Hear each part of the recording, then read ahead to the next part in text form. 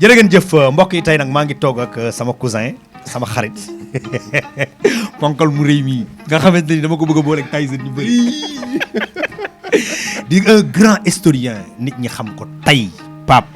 nuyoo bi sax bëgguma ñu def ko dama bëgg ñu dem directement ci Lat Dior Ngoné Latyr njàmbaar gi mu def ci wàllu caddo njàmbaar gi mu def ci wàllu diine njàmbaar gi mu def ci wàllu l'islam loolu laa bëgg ñu waxtaane ah fa tabarakallahu El Hadj mon double cousin laaj nga nag question boo xamante ni waxuma sax réew mi mais dafa intéressé àdduna parce que dañuy wax ni Sénégal gi mooy xolu Afrique mooy buntu Afrique waaye mooy xolu Afrique donc lii nga wax ni intéressé na lool taarixu réew mi mooy date bi nga xamante ni moom nga tudd muy 1886 nga xamante ni ci la ndeysaan Lat Dior Ngoné Latyr daanu fii ci Déqale ñii ni 26 octobre ñii ni 27 octobre mais ak lu mën a xew c'est un mercredi tombé ak 26 octobre 1886 plus précisément pour être beaucoup plus précis nag Lat Dior mu ngi daanu à 19h. à 19h. à 19h. boobu timis jotul waaye ñu ngi marax tabaarakallaahu ñu ne attention parce que tubaab bi mën nañu citer Pinet-Laprade parce que jamono yooyu moo fi nekk gouverneur du Sénégal nga xamante ni moom suñuy indi wàllu historique ci taxawaayam mun naa la wax ni la rey na 13 dammel. moom gouverneur Pinet-Laprade xam naa ni duñ fi mën a nekk di ko lim. waaye mën naa la wax ni la dafa daaneel Samba Laobé Fall àllarba fii ci gaaru Tivaouane àllarba ji dellu si mu dalanteeg Lat Dior Ngoné Latyr Diop ci Déqale. kon daaneel Samba Laobé ak Lat Dior. une semaine lañu rawante une semaine. mercredi ba mercredi. tabaarakallaahu Lat Dior nag damay wax ni ci histoire am ci taarixam beaucoup d'historiens nous ont arnaqué mooy toujours dañuy feeñal côté ceddo bi rek mais bàyyi aussi li mu liggéeyal diine par exemple li nga xamante ni aussi participer na ko ci wàllu islam xeexal na ko aussi diine puisque ñu bari aussi dañuy réere mbir ni Lat Dior dafa juddu ci diine màgg ci diine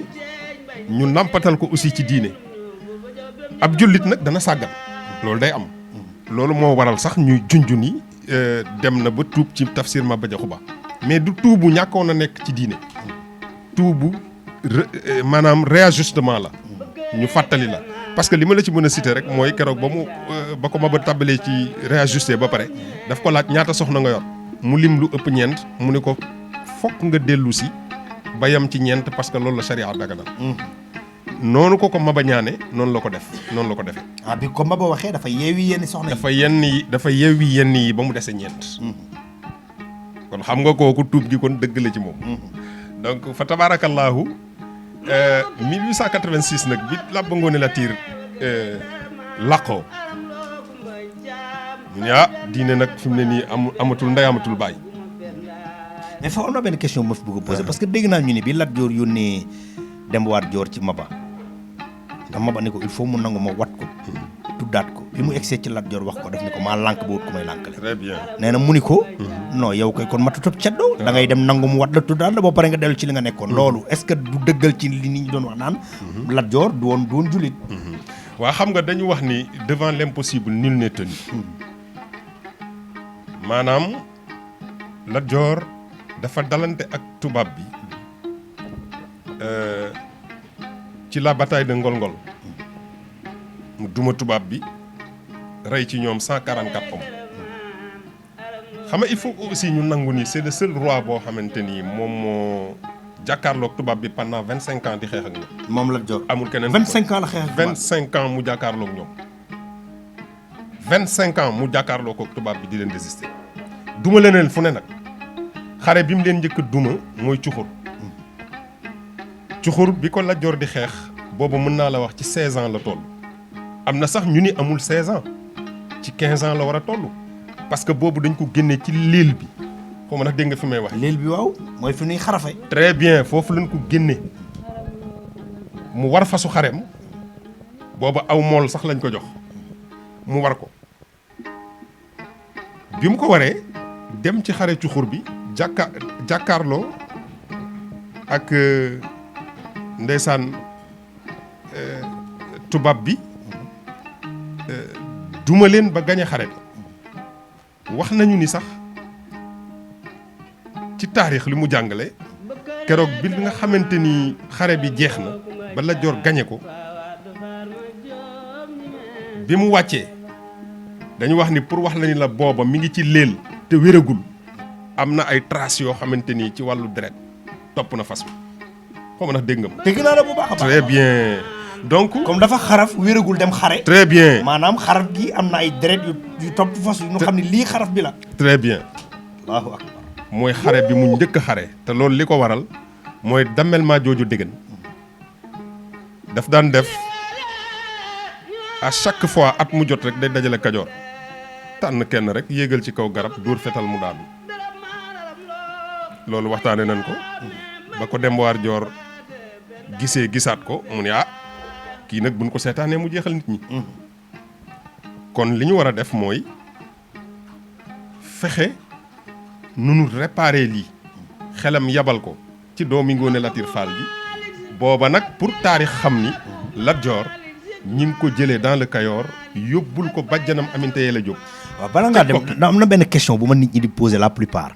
mooy bërki dem rek dama toog sama téléphone sonné benn waaye ni ma Lat Joor nan la def ba nekk Damel di Kayoor te santul Fall. effectivement nan lañ ko jëlee ba indi ko. waaw xam nga mooy li ma la expliqué. waaw moo tax ma bëgg a poser question pour nga ñëw ci. très bien bi Demba War Joor gisee injustice boobu mu ni foog ñu réparé ko waaye booba ñi fi nekk te sant Fall mun naa la wax ni la Samba Yaaya Fall la Samba Yaaya Fall Demba Sukka mi ko jur ak Ngoone Latiir Fall ñoo bokk ndey ak baay xam nga ndax dégg nga ma Samba Yaaya mooy baayu Jéeri Joor Ndeela Fall xam nga ndax dégg nga ma waaw parce que damay dégg mu ne tagg Jéeri Joor Ndeela di wax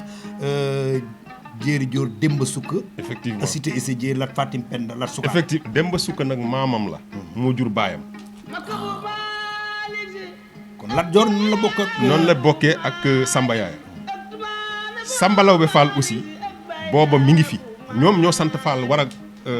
falu ci Kajoor mais booba ay gone lan ay xale lañu très bien ay gone lañu ba pare aussi am na lu nga xamante ni El Hadj du question ni da nga koy donn wala dara yow yaay koy dem fekk fa mu nekk ak sa fit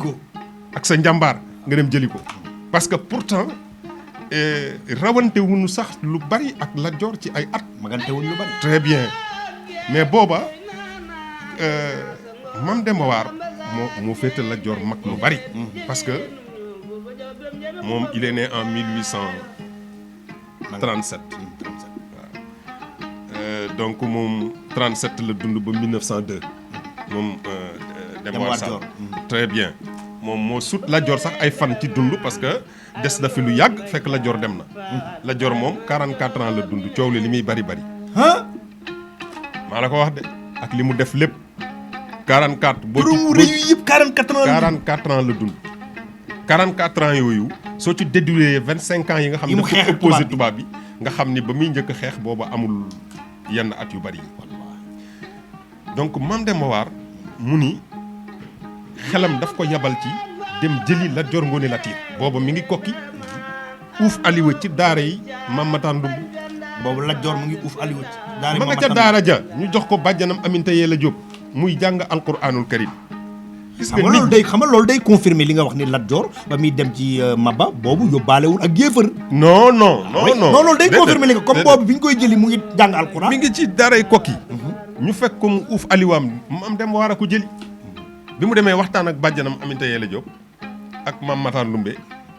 bi mu expliqué li xew ñooña tamit daal di koy libéré Lat Joor mu indi ko booba Lat Joor duggagul néegu góor li ma lay wax ni xam nga kon boobu xale la bi mu dikkee ci biir Kajoor mu dem waxtaan ak baayam ñu ni il faut que ñu defal ko léel parce que li mu bëgg a def li nga xam ne moom la bëgg il faut ñu dugal ko néegu góor responsabilité yooyu doog a taxaw donc ci la Maam Demba War daal di dem ba Cilmaxa li ñuy wax Cilmaxa Mbakol mu bëgg fa samp léel bi booba maa joojo déggan daal di yeble ci Maam Demba War ni ko seen naat bi de du ko fi boofe loolu langage codé la. loolu lu mu làmb. seen naat bi du ko fi boofe maanaam kii ngeen nekk di préparer pour mu nekk le futur roi du Kayor man en tant que roi du Kayor du ma seetaan loolu. kon seen naat bi du ko fi boofe. li ngeen bëgg a def du sotti. très bien Maam Demba War daal di tontu ki mu yabal ni ko soo demee nee ko waxuma la Kajoor mais naat bi dina ko boofu ba France. te jamono indi na ko. mais Maam Demba War jàmbaar la woon déggoo li ma la wax ci la sempi léel bi daan ni nañ ko génne Kajoor yóbbu ko Njàmbur ci la dem nag delluwaat ci bàjjanam Amité Yàlla Jóob ak Maam Matar Ndumbe Jóob daal di delloo Lat Joor foofu bi mu ñëwee mu jox leen ay toolam tool yooyu la ñuy wax cuxur xare cuxur bi ngay dégg ay tool la yoo xamante ni sëriñ kookee ko moom mu ni ko fii maa ko moom lew na ma pàkk bi demal nga organiser fa léel bi moo tax Lat Joor dañ ko làq ci ay tool pour defal ko léel boobu li tax Maam Demba War def ko parce que xam na ni bu ko deful maa jooju dégg dana ko bett déggoo wax bi de seen naat bi du ko fi boofe mooy maa ngi ñëw su ngeen dëgër ba def fi léel bi dinaa leen bett te bu ma leen bettee dama leen faagaagal donc mu xam loolu tax mu génn bi mu demee noonu mu ni moom xaaral mu jóg ci la nam dem lëkkaloo ak tubaab yi moom maa jooju déggan dem ni day betti Lat Joor pour balaa nga xamante ni moom dina taxaw ba mën ko def face mu écrasé bi mu yablee ci sëriñ Kokki ni léel bu mu permettre ñu def ko ci ay toolam na ko génne quoi te sëriñ Kokki moom xamul ni moom ak bàjjanu Lat Joor bi nga xamante ni mook baayam ñoo bokk ndey ak baay muy Amité Yàlla Jóob donc ak mbokk la kon Lat Joor doom la fa dégg nga wax bi mu gàntal loolu mu metti ko nag mu lëkkaloo tubaab bi dem di ko songi looloo waral xare cuxur Lat Joor ci léel bi lañ ko génnee jox ko fasu xare mu jàkkaarloog ñoom Maam Demba War Sall def ca njàmbaar gu extraordinaire moom moo dalante ak dammel maa jooju déggan duma ko ba dàq ko génne ko Kajoor daal di samp Lat Joor xaw ma ndax dégg nga ma. dégg naa la bu baax kon xare boobu. très bien Demba War Joor moo ko xare. voilà mais comme Lat Joor mooy moom lañ bëgg a préparer moom la ñuy jiital ci bopp xare bi. très bien njàmbaar googu nag mu def te amul 16 ans wala ci lay toll loolu moo ko def dammel du Kayoor parce que ndeyam Ngoone Latir Fall moo ko waroon a falu buy góor ñi fi des aussi mooy Samba Yaaya ak Samba Lawbe ñooñu ay gone lanu comprendre nga léegi nag moom mi def njàmbaar googu ñu samp ko dammel du Kayoor.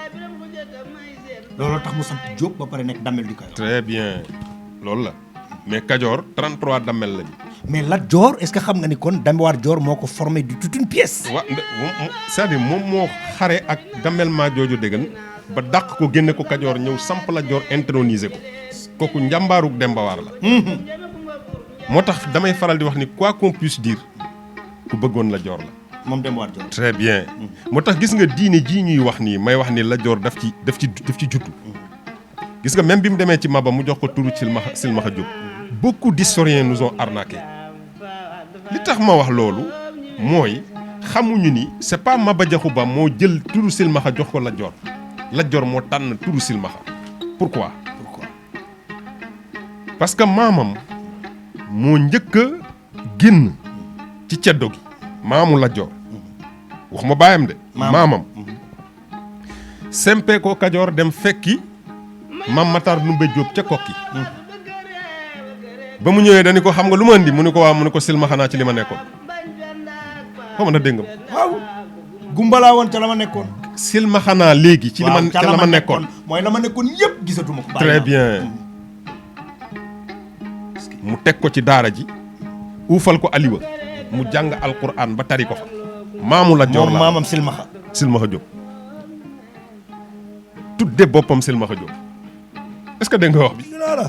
léegi nag l'histoire se répète encore une fois at taarixu yaudu nafsa mu daal di ñëw nag ci tafsir Maba ni ko sama maam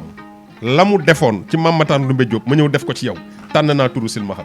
looloo waral ñu naan ko Silmaxa Jóob. jëli naa sama turu maam wa très bien mu dellu ca la mu silmaxa woon ca la mu nekkoon. très bien ma ni jëli naa sama turu maam waaye silmaxa naa ma ni ca la ma nekkoon. très bien mu ngi noonu nag parce que loolu moo tax ban ne Lat Joor day tuubi na ca Maba ñu ñëw jox ko alqaadi ma jaxate kala ñu bari xamuñu ni ndijaay la ci Lat Joor. xaali waaw maam xaadi ma jaxate kala ndijaay la ci Lat Joor nunu bokkee parce que Ngoone Latir Fall mi nga xamante ni mooy yaayu Lat Joor c'est sa cousine directe cousinu maam xaadi la kon Lat Joor ndijaay la ka daan wax ka dégg nga wax bi ñu ñëw ni ko sa jarbaat bi de fekki na tafsir Maba ba tuub na ca Saalum mu ni as-saadiqun fi iddiaa diini Lat Jooru am innama hammuhu fi zaaka ka jooru boo koy firi da nga naan Lat Jooru waaw ndax Lat Joor saadiqun aji dëggu la fi iddiaa diini ci lu mu dugg ci diine bàyyi ceddo gi am innama hammuhu fi zaaka ka jooru wala moom kajoor rek a tax mu tuub xam nga donc question bi mu dégagé noonu c'est une question à la fois instructive mais aussi alertante donc bi mu waxee loolu gars yi ñëw jël affaire bi ñëw fekk Lat Joor ca Saalum ni ko lii de sa ndijaay ko wax ba am nañu ni sax Lat Joor xawoon na ci gis boppam ba xaw ci indi ay tëkkoog yooyu ka dégg nga wax bi mais bi mu toogee Saalum ba góorgóorlu fa ba liggéeyal fa diine ba nga xamante ni la première bataille bi l'islam gagné fii ñu mën ko ndamoo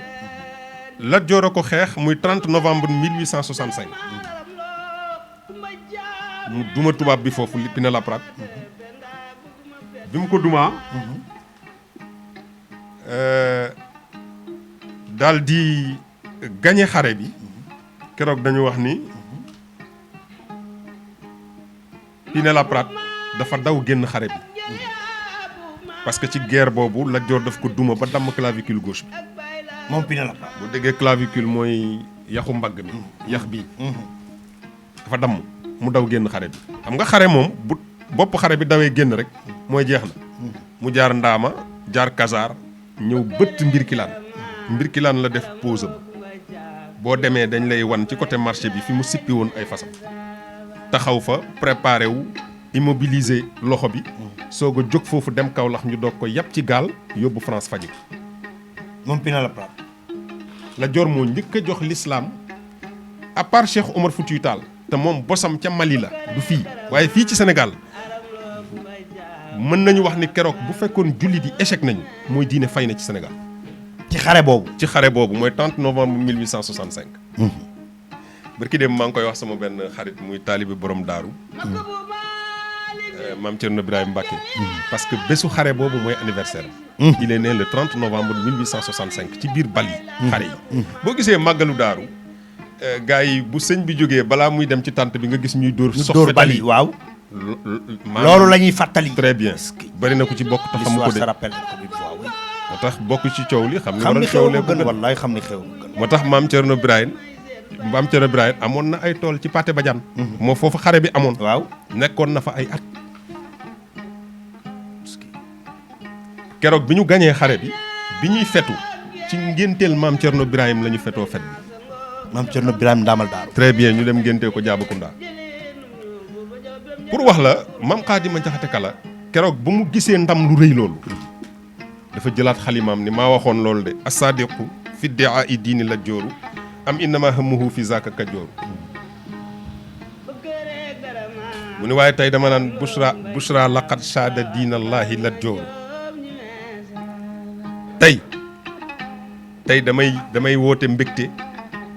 ci dëggal tuubu Lat Joor gi ndeke dëgg la ci moom ndax njàmbaar gi mu defal lislaam wallaahi allahu akbar bushra laqad shaada diinallaahi Lat Jooru donc maam Khady xam na ni kon kii tuub gi mu doon woote dëgg la ci moom mu kontaan ca daal di jëlaat xalimaam waxaat ci Lat Joor wax yu xaw a yaatu. moom Khady Madiakhate Kala. très bien donc diine pour wax la yàgg na fii ci Kajoor parce que Kajoor bi mu njëkk a am demel mus naa la ko wax fii 1549 la waaye ki ko xeex muy le premier libérateur di Kajoor muy Damel Amari Ngoone Sobel. ok gis ngeen ko mu ngi noonu waxtaane nañ typiquement Lat Joor ci njàmbaar gi mu def ci wàllu bi mu nekkee Damel di Kajoor ak bi nga xamante ni noonu la defal njàmbaaru l'islam boobu bii di ñëw nag dañuy waxtaane ki nga xamante ni mooy Amari Ngoone Sobel Pape lan ngay tëjee ci Lat Joor. waaw li may tëjee mooy juste rek bi nga xamante ni ndijaayam wax na loolu ba mu am ay influence négative ban ñu ni sax jotoon na ci am ay tëkku et tout mais bi nga xamante ni xeex na Pathé Badiane muy 30 novembre 1865 ba gañe ko keroog Madiakhate Kala dafa bëgg ba jëlaat xalimaam. dafa bindaat. dafa bëgg ba jëlaat xalimaam ni maa waxoon ndax dafa tuub ngir diine wala dafa tuub ndax Kajoor a tax waaye nag tey damay wax ni bushra laqad shaada diinallaahi Lat Jooru fa ahyal yawma bil islaami Kajooru tulqiihi ya'muru bil ma'ruufi askarahu ka annama jaahu min rabbihi nuur. allahu akbar. xasida bu gudd la. mais mënuñu ci mënuñu ko tàllal. mais ci tënk rek dafa dellu siwaat